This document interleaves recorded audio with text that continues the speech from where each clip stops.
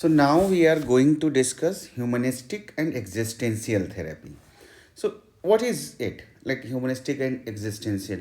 This is the therapy, you can say, or theory that says that human wants genuine fulfillment in life. They want to achieve growth, right? And that is the thing, it differs from all other therapies. And they say that जो psychological distress है, or you can say the psychological problems हैं, वो आती हैं feeling of loneliness से and alienation से and inability to find meaning and genuine fulfillment in life. So that is what they say. And they also believe that individual or human has that potential to achieve fulfillment in life. They say human beings are motivated by the desire for personal growth and self actualization and an innate need to grow emotionally. So, what they want to achieve? They want to achieve self actualization. Self actualization is where you know your potential, you are at highest level, you feel, you can say, contented, yani ki satisfied is not a right word, but contented, like you are in that bliss, you can say, and you are utilizing your full potential. Problem कहाँ से आती है यहाँ पर? When during the upbringing, in the context of the society, what happens is कि ये जो need है, this need curbed by the society and family, human beings experience psychological distress because of society, upbringing and all. वो जो need है वो कहीं ना कहीं कर्ब्ड हो जाती है, रुक जाती है, या उसको रोक दिया जाता है. सो उसकी वजह से हमें स्ट्रेस क्रिएट होता है. Self actualization is defined as in innate or inborn force. As I said, this is a innate thing, like everyone has that. That is why we call it inborn force that moves the person to become more complex, balanced and integrated. So we have that need so that we can live balanced life, fulfilling life, and achieving the complexity and balance without being fragmented. So the problem arises fragmented. You know what does it mean? The fragmented means like there are some problems arises when there is upbringing, certain kind of upbringing, you can say. And because in our society, as Freud also says, in our society there are few things that is not allowed. Let's suppose you are feeling aggression towards your parent, that is not allowed to express.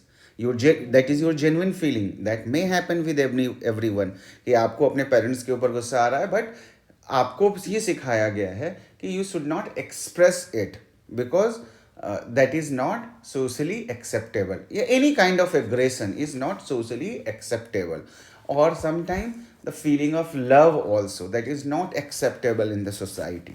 You suppress it. You don't use it creatively. You suppress it, and that creates problem. एक example लेते हैं. Suppose और someone, right, तो होता क्या है कि you are not able to express it. What happens to you? आप परेशान रहते हैं, फ्रस्ट्रेटेड रहते हैं, और ज़्यादा गुस्सा आता है. When that kind of thing happens, so जिससे कि प्रॉब्लम्स होती हैं. Integrated means a sense of whole, being a complete person, being in essence the same person in spite of the variety of experiences that one is subjected to. So as a human being, we face different kind of situations, we have different kind of experiences, and in different places and different situations we behave differently. So it is kind of, you are wearing some mask. You are a certain kind of person in front of your teacher, you are some other kind of person in front of your parents, you are a certain kind of person in front of your friends. So this is kind of different experiences, because you learned that thing during the upbringing process. What does it mean? It means that you are not in your real self. So being genuine means being in your real self, what you are, not what you are projecting. So that is where the problem arises. In higher classes, you will read also there are two concepts: real self and the ideal self. Ideal self is like what you want to be, and real self is what you are. So if the gap between real self and the ideal self, yani what you want to be and what you are, is big, then there is a psychological problem. If we bridge that gap between real self and the ideal self, then your distress will be less. So that is the goal of therapy also. As lack of food and water causes distress, of self-actualization also causes distress. Just like if you are hungry, you feel frustrated, you try to find out the food and all, or if you are thirsty, you try to find out water. If you don't get it, you get frustrated. So they say there is a psychological need to be self-actualized, and if in certain way you are not able to achieve that, you will get frustrated, and that is the cause of psychological problems. That is how they explain psychological problems.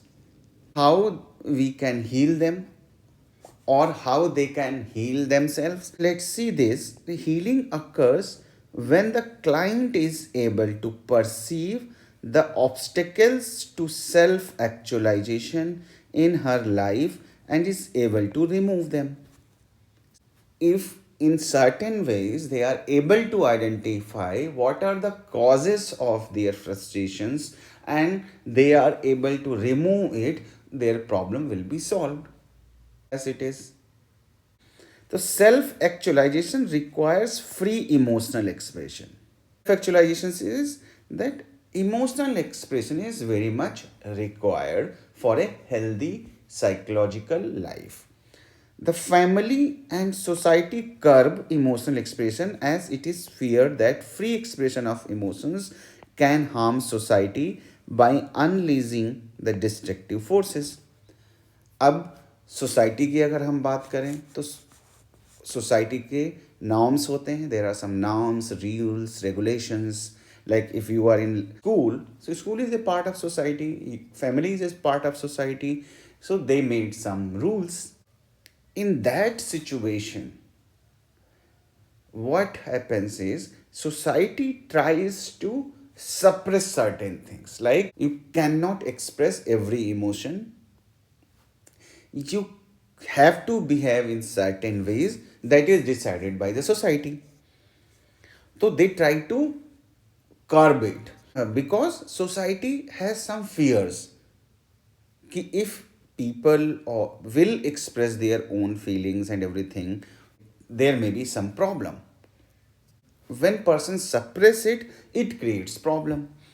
So this curb leads to destructive behavior and negative emotions by thwarting the process of emotional integration. So when you suppress your emotions, suppose you have anger, you have suppressed it, then what will happen? We all experience that thing. Suppose आपको बहुत गुस्सा आ रहा है किसी के ऊपर और आपने उसको suppress कर दिया. You suppressed it. So why you suppress it? Because society will not accept it. This suppressed anger will try to come out whenever you will meet that person, and that will create distress, problem. Therefore, the therapy creates a permissiveness, non-judgmental, accepting atmosphere in which clients' emotions can be freely expressed and complexity, balance, and integration could be achieved. When there is a psychological problem or psychological distress, so what is the work of counseling? or psychotherapy.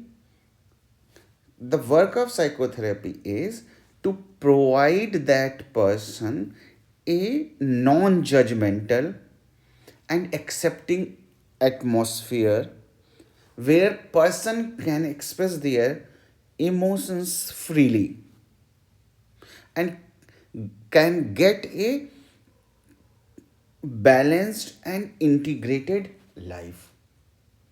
So therapy का सिर्फ इतना काम है कि we have to create that environment where they feel safe and they can express their own things without being judged. Now it is very interesting कि judgement, being judgmental is also a very big problem because we learn to pass judgments. Suppose you have seen some person who is very fair, you will say how beautiful that person is.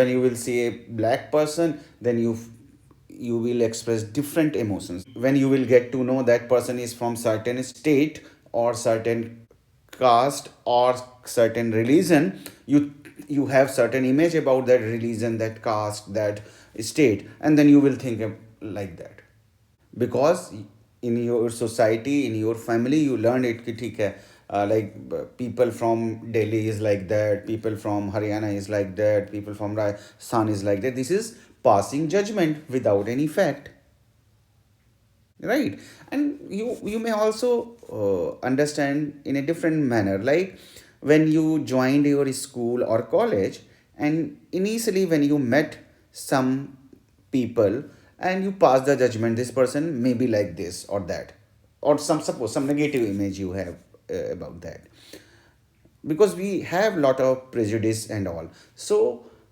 after some time you realize that no, this person is not like that, right? So this is what, when you are getting more information, then you think that this person is, so this is being judgmental.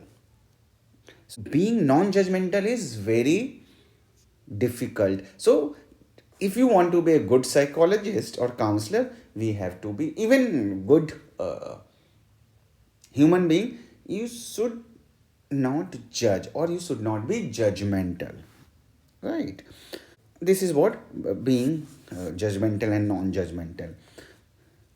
When the person feels that my counselor or psychologist is accepting non-judgmental, then they express their feelings, and when they express their feelings, they try to integrate that feelings with their personality, with their with oneself, and they become more healthy individuals. What is the assumption behind that?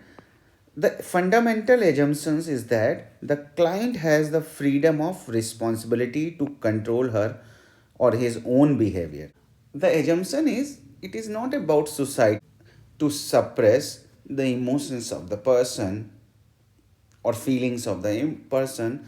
It is the client's, his or her own responsibility. And they believe that the people are responsible, people are like motivated to be self actualized, so they will get the responsibility of that. So that is what they assume. Therapist is merely a facilitator and guide. As a therapist, our role is to facilitate the growth process so that they can reach to self actualization stage. Everyone don't reach there, but we can create that environment so that that process can be facilitated. It is the client who is responsible for the success of therapy, and there is a therapy, we call it client centered therapy. That is why we call it client centered therapy, that is given by Rogers. We call it client centered because client is responsible for their changes, not you. You only provide that environment, that is space where they can express themselves. The chief aim of the therapy is expand the client's awareness. So expanding the client's awareness so that they can understand, they can explore oneself and they can achieve actualization, or they can move towards that self actualization. Healing takes place by a process of understanding the unique personal experience of the client by herself or himself. Unique experiences, what it is? Unique experiences are that is very personal to you, like how you think about certain things, that is different. How I think, how you think is entirely different. So everyone is unique, you can say, in terms of that. Suppose you have examination coming up. So one person is very cool, they are like doing their preparation in a different manner, and you are very anxious because you may have some fear about getting failed or something. Then you have a different experience about exam. So that is the unique experience. Similarly, there are two students and they got, like, suppose 80% marks in the same subject in the same class. One is very happy, he got 80% marks. Other one is very disappointed, he got 80% marks. Reason being, that person expected something else. So, same event, same thing, same class, but the experiences are different. So, everyone has unique experiences. And we help our client to process that understanding and personal experiences so they can understand themselves. The client initiates the process of self growth through which healing takes place.